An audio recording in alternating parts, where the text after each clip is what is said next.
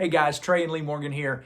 We do marriage workshops and family workshops all over the United States, and we're very, very blessed to get to talk to thousands of people every year, couples, about how to better their marriage and family. We've written a new book called 10 Ways to a Stronger Marriage. It's available on Amazon, and we're excited about this. We just want to take a second to tell you a little bit about this. We have a lot of people that have asked, can you put a bunch of your workshop material in a book? This is it. It's got a lot of humor. We feel like it's got a lot of very simple things you can do to bless your marriage. 10 things if you will do in your marriage. We promise you it will bless your marriage. So let's talk about some of these. We have in each chapter something called an instant marriage boost that you can, right in the middle of that chapter, you can just stop what you're doing and do the quick little thing that we suggest. And we feel like that will greatly bless your marriage. Just those 10 little things that we've included in each chapter. Right. And they are good. So chapter 1 is called Keep Paddling, and got a couple of really good stories in this chapter. It's kind of an introduction chapter, but basically it is dealing with, in your marriage, you got to keep paddling. Don't give up and don't stop. It is easy sometimes when you go through the better and the worse, as it says in the marriage vows. People will be right at the worst and they want to give up, and the better's right around the corner. So you want to keep paddling. We think you'll find that chapter to be something that'll be encouraging. Chapter 2?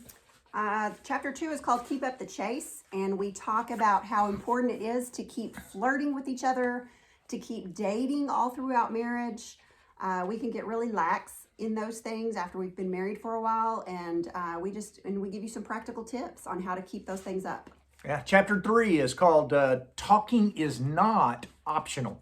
If you're a guy like me, it's pretty optional sometimes, but a lot of times our wives need communication. We fell in love because we communicated, and really we remain in love because we communicate. And sometimes it just kind of helps to light a fire under us to say, hey, we need to do a better job communicating with one another. That's what chapter 3 is about. You'll like it, I promise. Chapter 4? Chapter 4 is Heap It On Thick. And we talk in this chapter about praise and how we're motivated by praise instead of criticism. We're really good at praising each other when we're newlyweds. We just, we think each other hung the moon. And then the reality of everything sets in, and we kind of, you start getting on each other's nerves, and you can tend to get a little critical of each other at times. And we just talk about how it's really important to be to praise a whole lot more than you criticize. Good point. Chapter 5 is really a good chapter because it deals with some stuff that nobody else is talking about. In the past 5 to 6 years, marriage has really come under fire with some new things that have kind of showed up.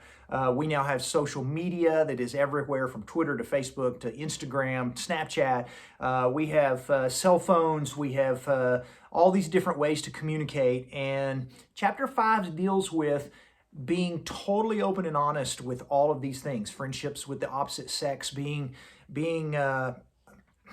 uncovered, basically, is the topic of chapter 5, that we share passwords. We both have each other's cell phone passcodes. We want one another to know that we have no secrets. We are hiding nothing. There is a lot of accountability in that, but it's also very healthy to know that we don't keep things from one another. That's what chapter 5 is about. In chapter 6, we talk about the world's view of sex versus God's view of sex.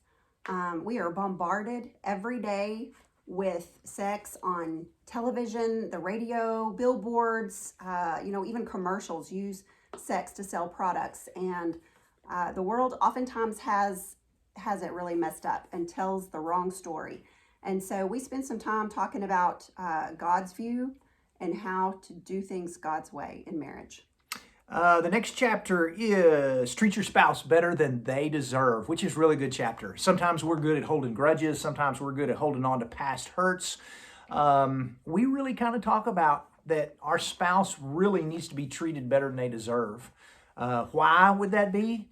Pretty much because that's how God treats you and I every day, better than we deserve. And we need to be gracious in our marriage. That's a good chapter. Hope that you'll read that one. Chapter 8 is called Keep First Things First. And we talk about how our relationships are our most valuable things that we have, and how we need to really pay attention to what we prioritize. sometimes we can push our marriage on to the back burner unintentionally. We get so busy with just, jobs and life and kids, and that we forget to, keep our marriage in the forefront of things, and to what am I even trying to say? A priority. Priority. Keep it a priority. You're Keep doing your good. marriage You're a doing priority. good. Yeah. And so we give some practical tips there too. Chapter 9, Friendship Matters. And this is all about, marriage is about friendship. And we honestly believe people don't fall out of love. You can fall out of friendship with one another. You gotta work hard to keep that friendship what it is. Divorce rate falls amazingly for couples who feel like they've married their best friend. You can't be friends with your mate if you don't spend any time with them. Friendship is built on common interests and spending time together. This whole chapter deals with that. A lot of good stuff in it. Chapter 10, the last chapter, we have titled it The Overlooked Intimacy, and we talk about spiritual intimacy in this chapter and how growing close to God can really bring you closer together as a couple. We talk about how important prayer is in your marriage, and so it's a really great chapter. We hope you won't skip through it. Nah, not at all. Discussion questions. We have in the back discussion questions for you and your spouse, or a small group. If you're doing this with a small group or maybe a Bible class, we have discussion questions in the back for you to write in the back of your book to do with your spouse for each chapter that asks just some good questions to make y'all talk as you go through it.